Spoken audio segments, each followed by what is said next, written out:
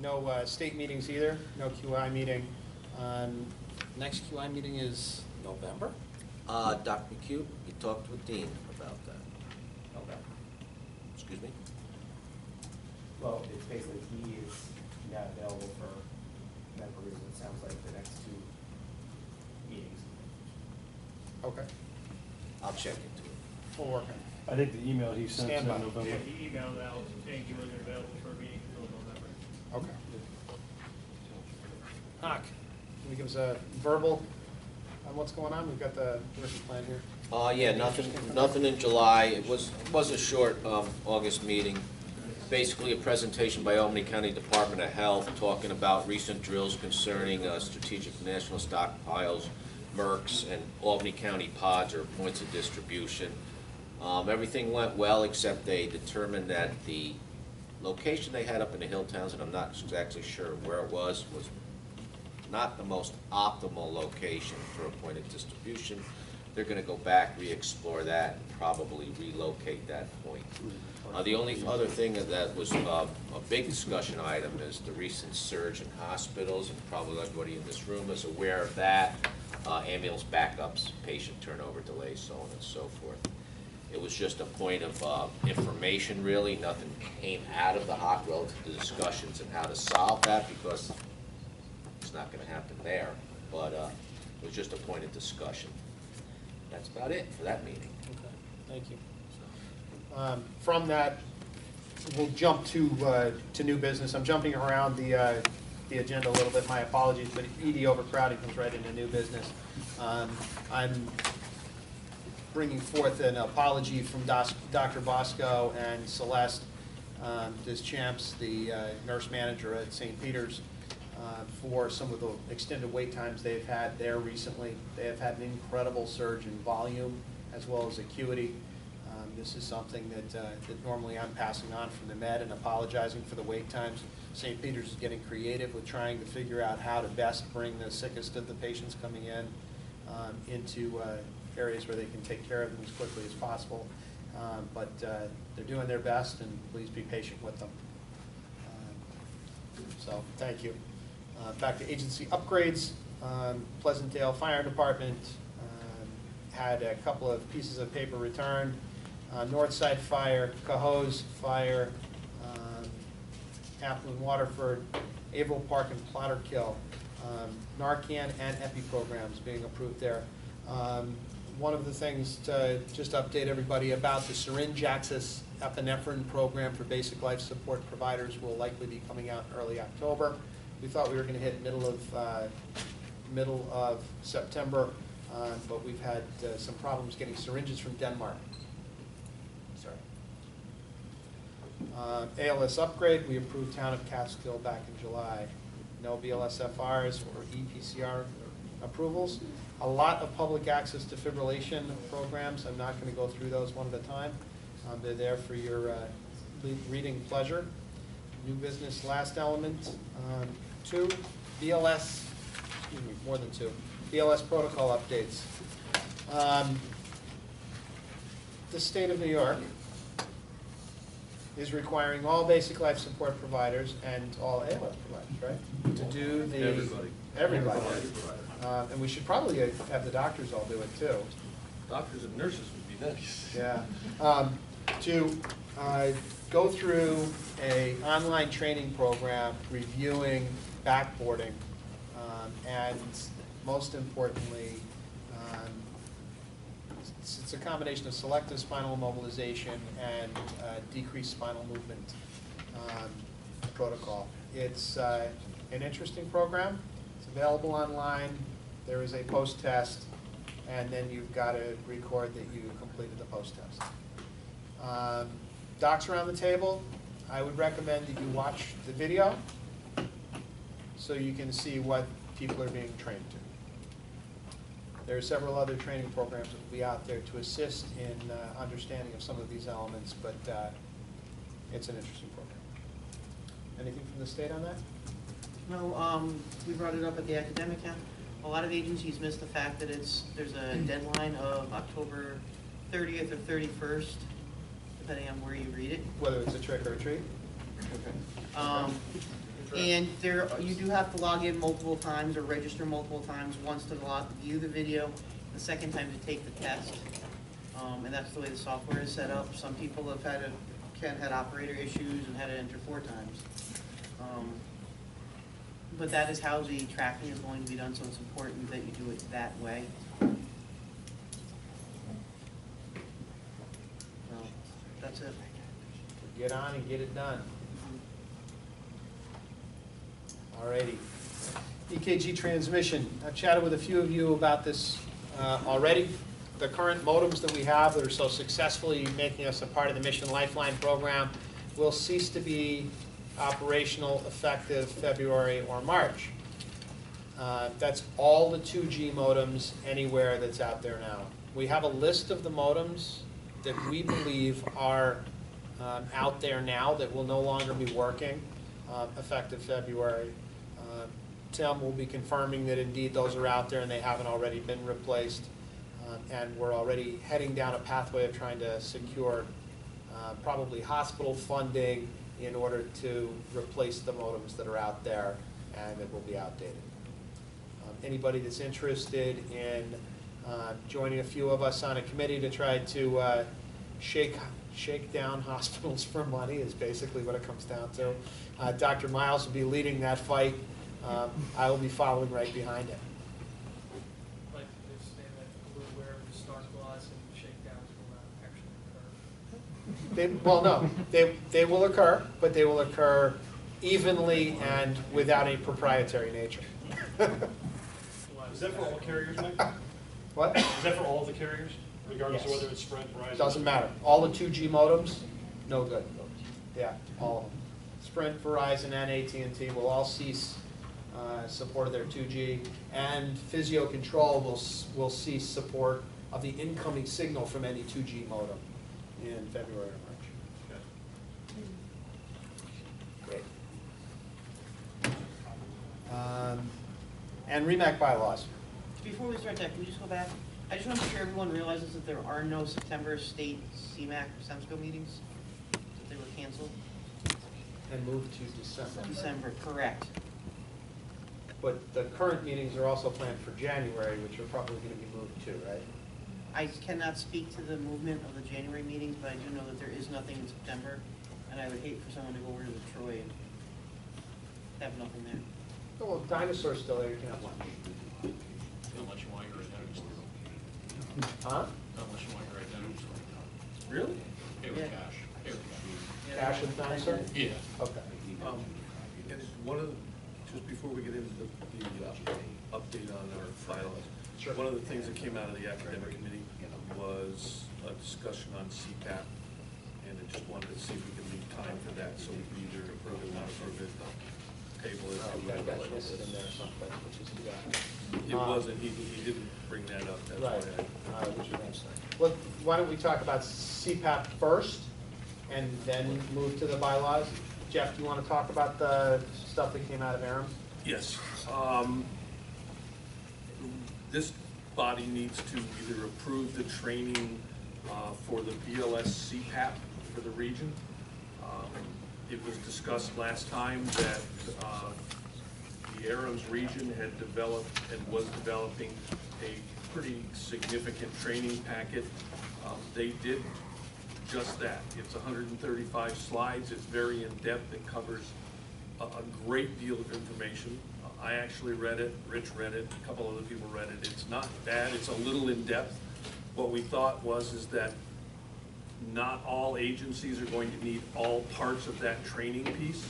If you have a large number of ALS providers already, obviously they won't have to have as in-depth presentation.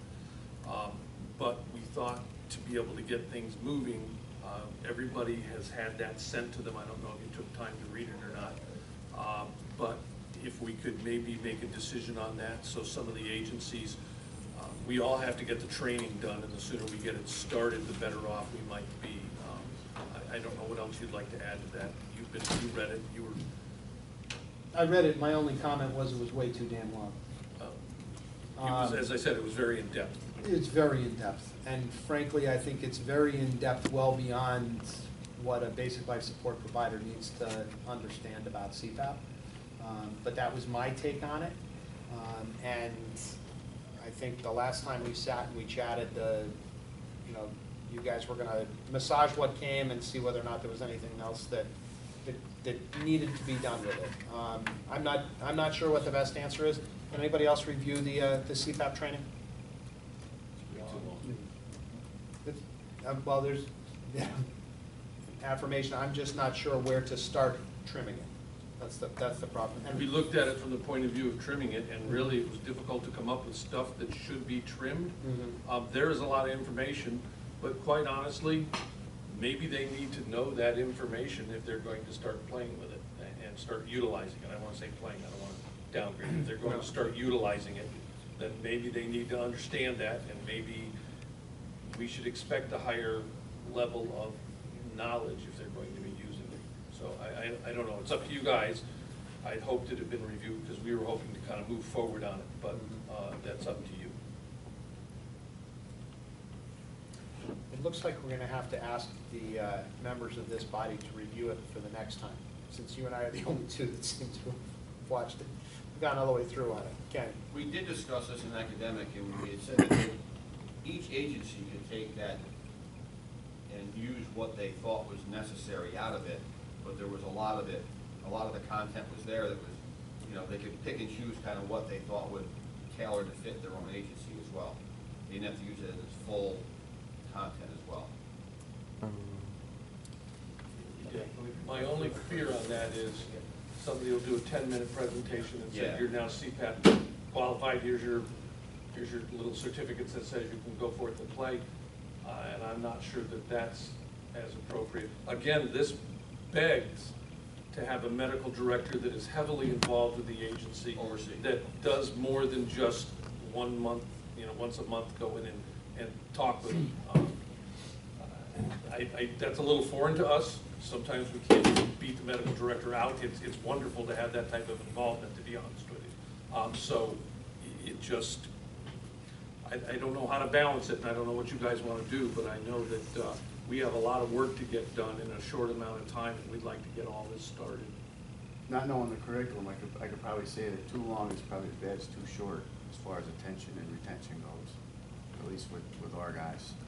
It's 135 slides is a lot. It's a couple hours. Yeah. The only thing that 150 people. The only thing that I'll throw out there, and I understand where you're coming from, EJ, is depending on how your EMTs have been recertified and trained, the material that she put in there actually brings people up to equal the current BLS education standard for New York State. And if you've been through a CME process that didn't include that, it may be new information for people. Some agencies, much like Colony, that does a good job with their own in-house research, probably doesn't have that issue. Other agencies may, and I think we need to be really careful if we water down that material. Because I'm finding a ton of paramedic students that are coming in that don't have the education.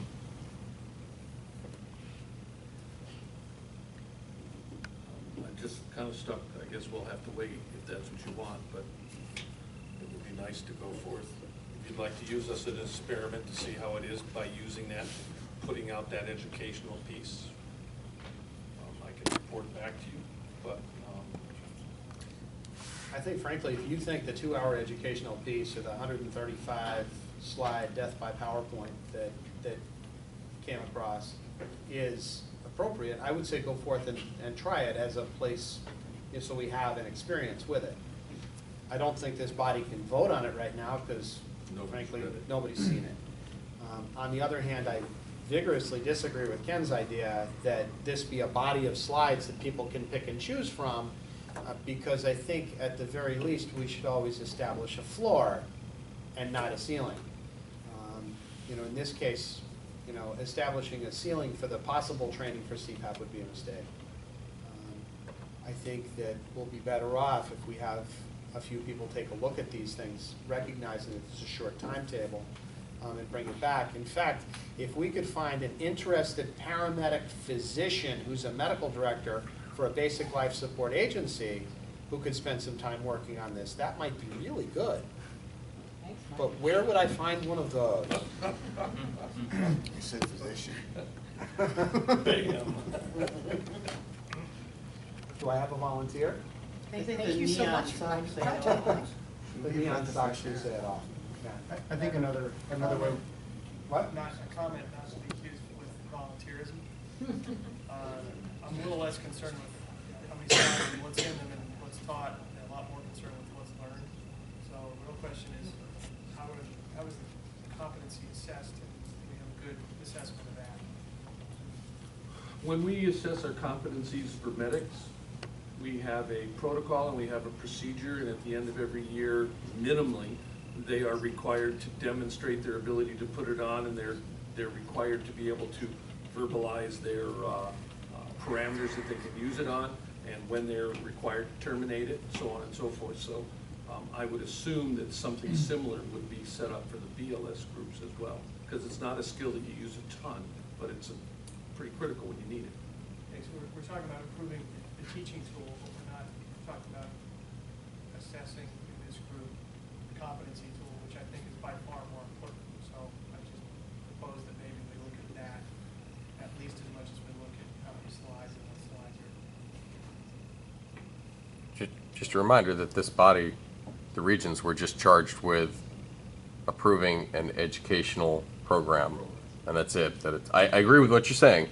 I'm just saying that it's a state rollout, that this is in the BLS curriculum now, standards. And no argument, but there needs to be a curriculum of sorts, but an educational program would probably include the test at the end of the program, right? So you get the point. I think. Right, yeah, it's not about hours of instruction, it's about competency, absolutely. Great point, and that would be something to bring back. So, Tiff, if you can work with the program that's already out there, work with Jeff, who's got some expertise. Let's bring also the prospective competency evaluation tool as well at the end. So I agree, that's going to be where the rubber really hits the road. And that's got to have the flexibility in it to allow for different products to be used. I think rather than leaving a lot of stuff on the cutting room floor, again, this is sight unseen because it just got sent out yesterday and I was on a shift, so there's no possibility of seeing. I think if we're talking about, whether to establish a floor or a ceiling, we have a product with presumably accurate information. If we just designate minimum required content out of that presentation and then roll it out with the whole presentation, this is the additional information if you want to be a superstar, great. Rather than leaving a bunch of stuff on the cutting room floor that somebody put good work into. So. This policy here that was sent out yesterday, there actually is a psychomotor component and a written exam with an 80% proficiency built into it. Yeah, just don't know if it's any good. Yeah, no, I'm just saying, but it is built in there, and there's remediation as needed. She gives a time frame of 4 hours. Student will be allowed 2 attempts at the written exam, 3 attempts to perform the practical skills. Students who fail will go through another training session and/or remediation process. So that was, I just wanted to go back and look, because Joyce usually puts everything in there. And then we can add the component. I agree with you. You need to reassess after a year. Did they actually assimilate any of the information, and do they have it at their fingertips, or is this something we need to do all over again until it becomes acceptable common knowledge and comfortable material? There is a maintenance of competency continuing ed. Training curriculum? Hmm? Can we put an annual competency as part of the training curriculum? I don't know. That's up to you guys. I don't know if you can go that far with a BLS agency and a protocol that's state already adopted. This template that was sent out includes that in here. Maintenance of competency continuing ed. Has been approved, must review procedures, protocols, and successfully complete the written skills exams at least every patient. They have in here 3 years. That's choice. Right. So, I mean, that piece is, Be careful with, I get where you're coming from, but be careful with annual competencies on things, because this is a BLS skill. Yeah, I can go with the research.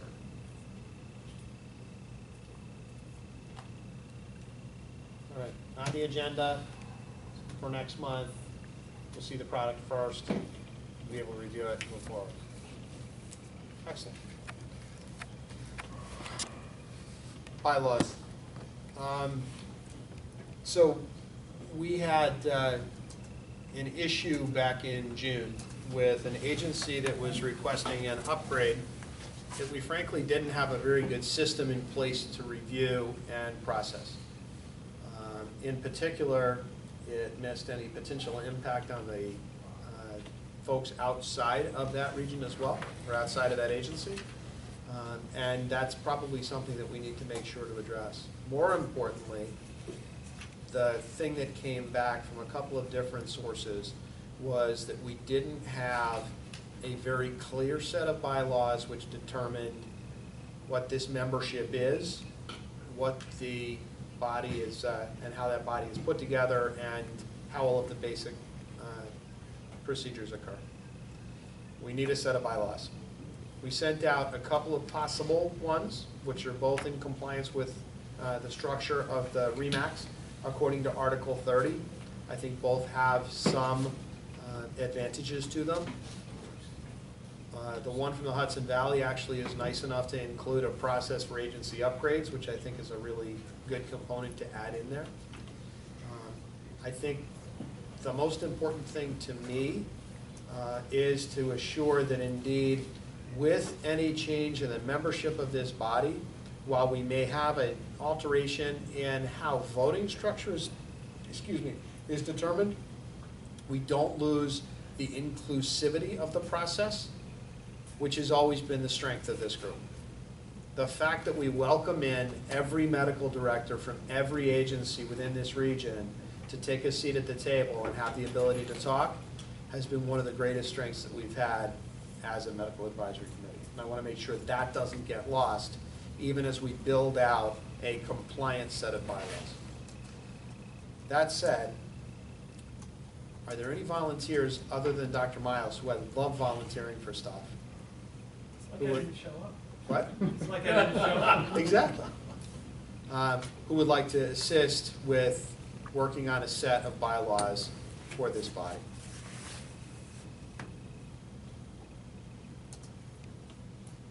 Rob, thank you. Okay. All right, at the very least, it'll be the three of us. See if anybody else rears their head, and we'll move forward and set those up. Can I make a suggestion just for historical significance? Yes. I know you've been around a while, but someone like Bruce or Sam or someone who's been around who knows the historical background might be a good choice to at least have on the committee to help. We should get Norm. See if we can get him by email. Yeah, norm shaping. Yeah, I know, I'm just saying. Add my name on the list. Well, no, I mean, Yeah. I just think it would It's be all a right. good. I'd like to point out that Mary threw Bruce solidly under the bus. He is now the chair of the bylaws committee. I'll be a member. Well, it's not fair to guys who are both have limited experience here to be steering the bus. Some non-MDs. Mhm. Bad idea either. We have to be careful to remain in compliance with Article 30, which actually requires the voting members of the Medical Advisory Committee to be physicians. CEOs are fine, but they must be physicians. Yeah, they pay $60 in California to become an MD, so. I paid a lot more than that in the Bronx to become an MD. Should have gone to California. All right. With that, Peter. One question, does anybody, I don't know how familiar you would be if there's a JCO standard for ambulance wait time? And or is there anything in the state? I know they have to have at least 80% of their PCRs in the charts. But nothing about ambulance wait time? Sorry, it's usually what I get yelled at for in my office. I do not know. Anything in the state regs? You may want to direct a question, email Sue Barr. She's in charge of the hospital program. I hate to say it, I don't know. We looked at that with Mark Henry a number of years ago. We were looking at emergency departments themselves. I want to say it was probably in '06 or '07, and there actually is nothing in regs about what the turnover time is. The only place I know that it's been actually put into legislation is it's been done in a couple places in Canada. Because I guess the issue is, if we're not gonna address anything here, where do we go, and is an okay, sorry, good enough? You know?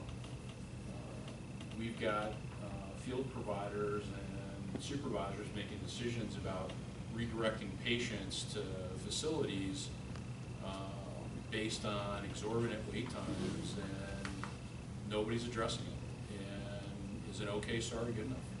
And what kind of wait times are we talking about? Hour plus. Hour plus. Hour plus. You have struck a nerve with me, which I'm really excited that you did. You know, I've got nursing directors from hospitals calling me up complaining, asking me if other hospitals are on diversion because we're burying them. And nobody seems to want to do anything about it.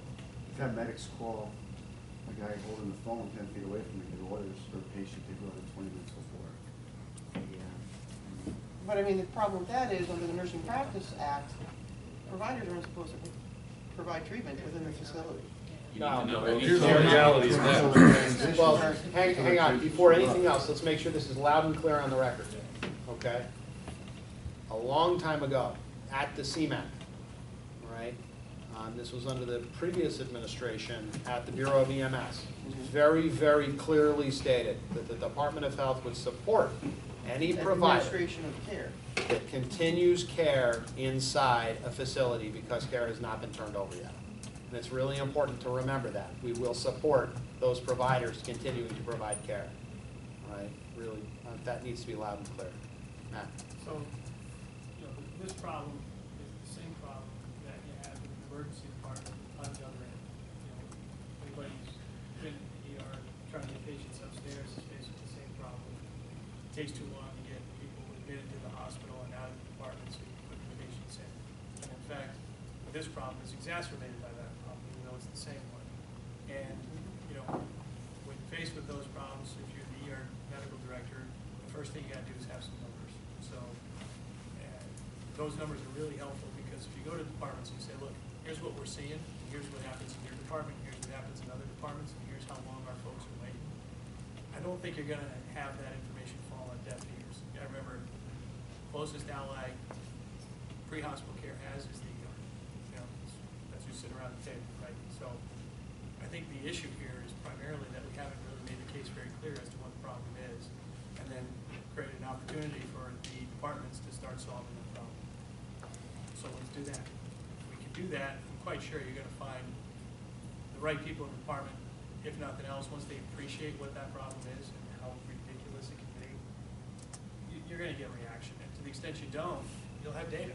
And some places will respond well, others won't, and then you embarrass one into doing the other one. If each agency can get any numbers for their agency, for each hospital, I'll collate them under the QI auspices. And we can put out this is, and then if you can request which hospital's data you need to talk to, and the hospitals have the data that they can go upstairs with. Bruce? I'm all for the data. I think that even, and that's what you need to go to administrators, because that's all administrators are gonna wanna see is numbers and not our feel. But I think we all have a feel for what those numbers are going to be. Hard part of that some of the data is going to be incredibly hard to collect, because I'll give you an example. I mean, any agency that's running multiple units, okay, as soon as they learn it's an hour wait time at St. Pete's, they're not going there. Okay, so how do you collect that data? But that's gonna, on average, drive up the wait time everywhere else. To a point, but I don't think it's going to give you the hard data that a particular hospital sucks. It may give us something to work with, because I mean, you may be switching off, but if you're coming from out of town, you don't know if this place is packed, it may not change. So if your numbers may not be skewed because you're adapting to it, but on a whole, if we pile them all together, I'm pretty sure we may be able to show differences where they are. I suggest too that I think, you know, Bruce has an important point, which is, you know, the data collection's good and important, but it's not mutually exclusive of doing anything now. And if you kind of know the numbers, you can kind of start addressing the problem, and if nothing else, we should be doing that now. And I couldn't agree with you more. I didn't mean to suggest we only collect data, and you're right. I think, you know, if we each go back to our hospitals and say, we need to actually look at this problem and start finding ways to get these cases turned over quickly, you know, that's today. That's what we do now. I was gonna come from another angle. Looking at this at a satellite height, this is something that I've had a chance to observe for 20 years, and the changes about. Looking at this from satellite height, if you go to other states and look at the way they do it, Arizona comes to mind. They actually have a regional center where they know exactly how busy each hospital is, they know the turnover, they know what beds are available. Of course, I'm speaking from a very satellite height. This is not something we're going to build tomorrow or have the money for. But the concept is patients are going where they need to go. Their injuries and illnesses are being taken into consideration of the transport time. Those that have to get to a place very quickly are. Those people that can actually bypass a hospital because of the volumes are. And it's actually helping everyone out. The big issue is money. And that is the hospitals make money by getting patients, and everybody wants their own and wants to keep it. To get the hospitals to agree, yeah, let's bypass my hospital and give the money to the competition, that's the hard thing. That's what nobody wants to say in this room. Reimbursement levels are also driven by customer satisfaction. They have to understand that the customer satisfaction declines rapidly during those periods of time. So what we could do is look into, this is going to be definitely not something we're going to solve here today, but we could focus a committee to actually look at alternative ways to bypass hospitals and allow them to go on a diversion process better than what we do right now. Hospital administrators are not going to like that idea, but it will also add them encouragement to increase their own throughput, because the real issue is getting people out of the ED, which then will allow people to get into the ED. And that falls back to speaking to your numbers. But this is going to be a real political fight. The administrators are not going to want to hear this, that we're having discussions of, you're just taking too long, we're going to go somewhere else. Actually, the most important thing for them to do is to hear it, because it's the first step of actually having them affect change. So when I made 2 calls to Sam to talk to him about this process, and got a phone call back then from Sam and Celeste with an understanding that they're working on this and recognizing that it's an issue for the town, you know, that already starts to affect change. Where the most interesting numbers came from, we were having huge problems at the Met a few years ago, actually from Mohawk, because you have such a sheer volume of ambulances, you could actually highlight to us exactly how much longer the wait time was at Albany Med than anywhere else. And those throughput times that you have with your crew turnovers were really drastically more at the Med. I want to say it was a third more to drop them off at the Med. We've watched those numbers come down. It may be interesting next month if you could bring us some copies that we will keep internally, we won't put out and broadcast, because I don't want this to become, you know, anything of a, you know, he said, she said, or, you know, some marketing thing, you know, out there somehow. But if we can share that information here and look and see, was it a spike over a weekend? Is it a constant trend? And if you can bring it to the nurses committee as well, because that may be something very valuable for all of the nurses.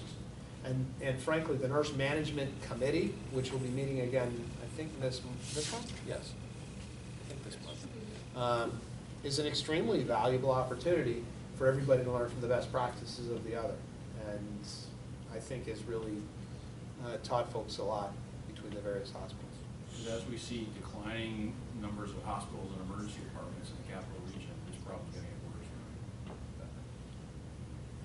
Would it be hard to actually get the data? I mean, is it something where you can meaningfully, relatively easily record, you know, arrival time to the hospital and transition time of care? The only way to record that data, we talked about it a few years ago. It's back in service. There's not a data capture point for when you turn the patient on. Well, is that a decent enough proxy? There is insurance. You can, right? Well, I can have a statistical. It's all subjective anyhow. You can add it, but whether or not it's going to be successful or not, you guys with the pull away number, and you guys probably got the most consistent process in place for the most trucks on the road, because otherwise everybody has too much inconsistency on when they're calling back in service. Yeah, I'm saying at time of transfer. You can add a time of patient transfer. So from arrival to the hospital to time of transfer, that time. So you can capture it. It's not available now, but it could be available in the future. It's available. No, it's It is available. You just need to add it. If the data's not there to be extracted. We use that field. You do? So I mean, I can run reports. I can show you ours, but we do capture that field. So just as a, you know, to be, you know, sort of analytical about this, we're describing a very real problem, but we're not capturing data about it. Help me understand that. And these are two data point kind of numbers. We're not talking about shades of gray here. So if we're not capturing two numbers on something that's an actual real problem, help me understand. It's not a required data We should be point, doing so that we have. Well, it's not required, but if we're just saying that this is an important problem and we are doing nothing to quantify it, and the reality here is, in the world of what we do, this is a pretty easy quantifiable thing. So let's do that at least. I mean, That does not, that's not to minimize Bruce's point of, let's also go back to our departments and see what can be done now to start addressing this problem over some time. I mean, directions from you guys to all the agencies to start capturing that time to certainly help you collect the data.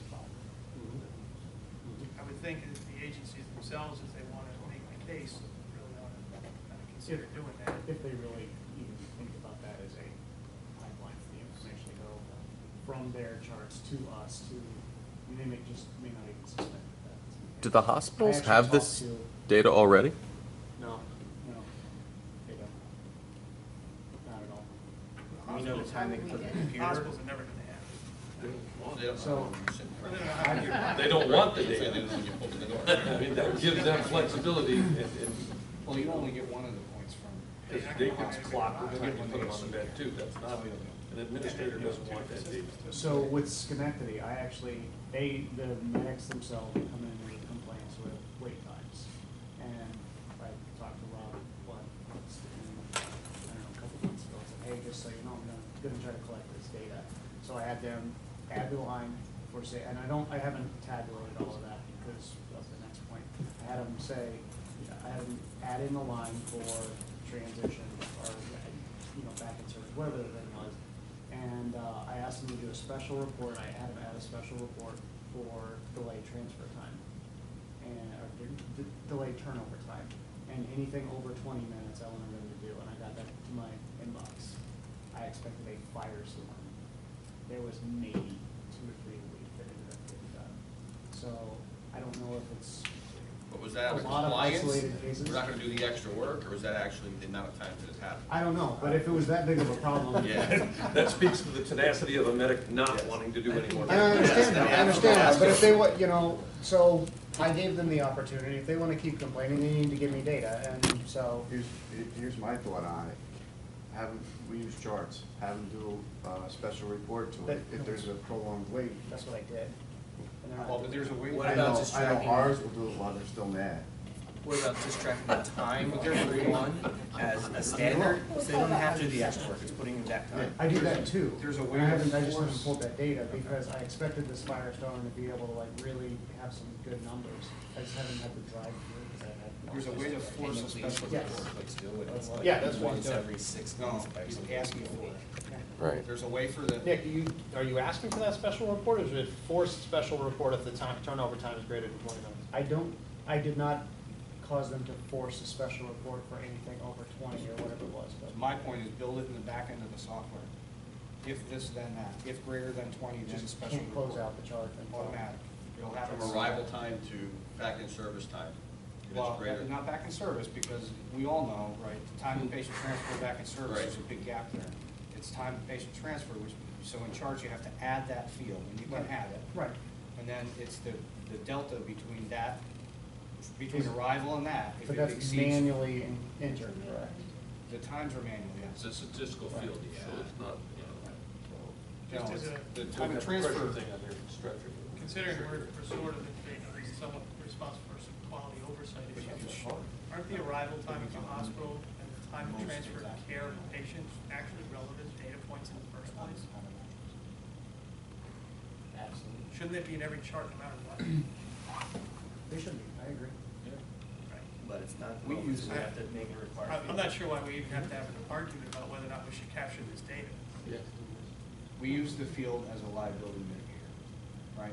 If that patient goes apneic and arrests after our time of transfer, our patient, we've already given a report. It's a relevant quality.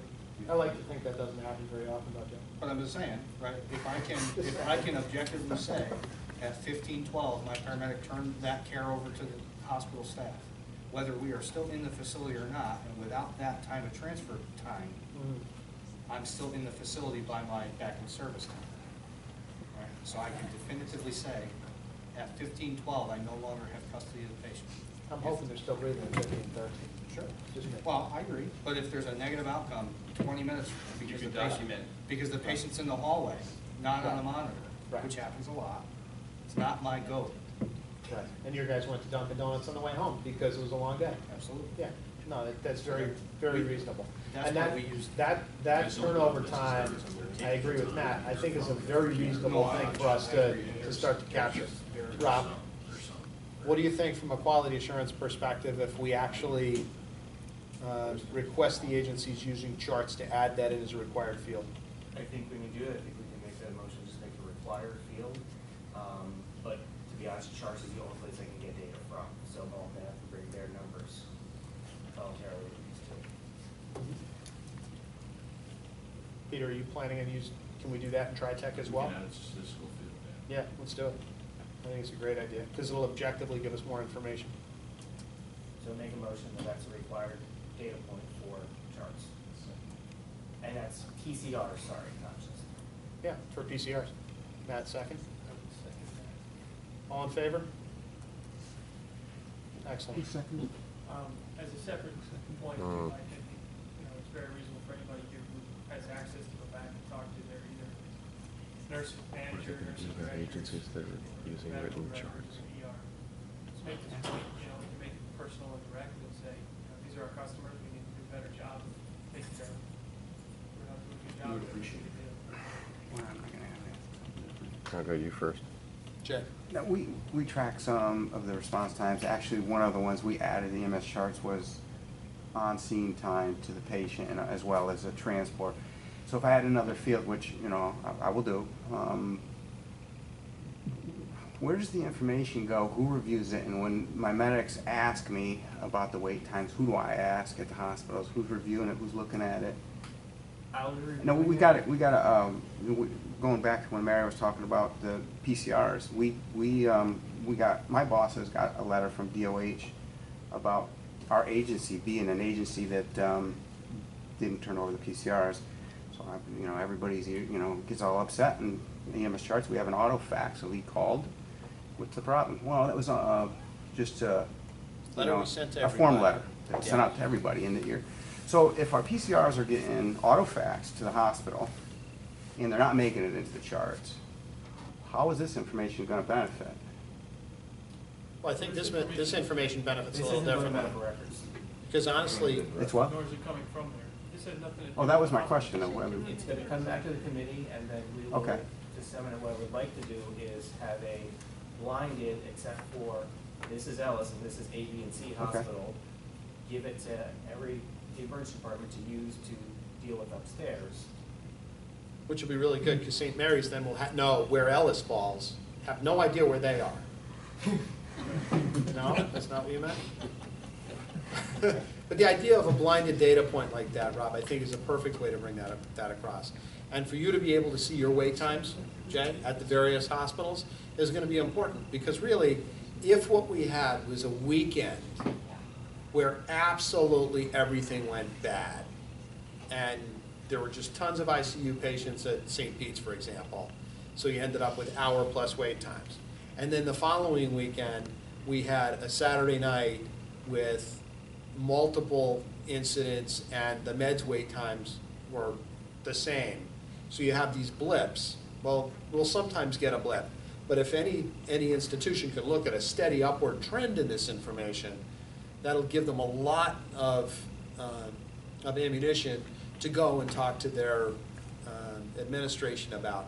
Because every single administrator knows the money comes in the back door, and every single one of them should recognize that if they abuse EMS providers, yeah, the patient may suggest that they'd like to go somewhere, but the patients are going to be advised they'd be better off to go somewhere else.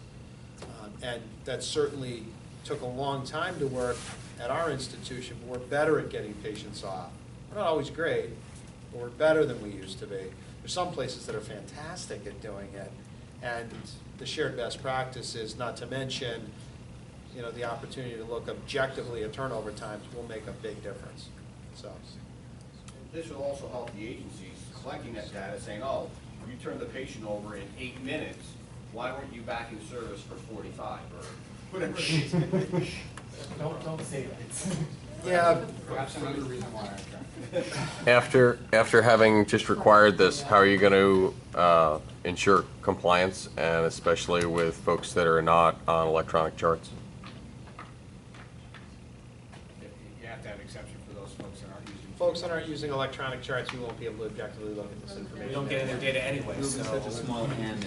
Is there gonna be a There's an important REMAC point advisory, too, or? is if there's resistance to recording the transition time because you don't want it to expose, let's say, your back in service time, that's something that I think, you know, you gotta kind of work through that. Separate from that, though, to your point, Mike, about, you know, departments and all, I think on the front end, we can do a lot. I think that there's actually probably a lot of motivation within a department to change operations so that we can get transfers into the department faster. The thing that will really, really be nice for the departments, if they do that well, and only if they do that well, is a letter from this body or from someone telling that department that they're doing better than everybody in the region at taking care of ambulances, and that's not unrecognized, because then they can take that to the administration too, and that just helps the whole cycle. Yeah. Scratch each other's back, let me tell you, it goes a very long way. Downfall that is, you have every ambulance in your back door, and Just saying, Dunkin' Donuts has an awesome drive-through model. You know, so geography is still gonna rule. Little countdown clock. Geography will rule, but to tell the administration of the hospital that ER is getting customers into that department well, compared to other hospitals around, trust me, that goes a very long way with ERs. Great piece of data. It's an important piece of data, and it'll also help the Mission Lifeline program as well. All right, awesome, good discussion. Thank you, everybody. We'll figure out how to get that out. All right. Is that a motion? Anything else? Thank you all very much. Motion to adjourn. Seconded. All in favor? Okay, thank you very much. Was there a motion to accept the data collection as mandatory? Yes. Who did that? Miles? Yep, Matt Miles. McHugh made the motion, Miles seconded, or the other way around. Okay.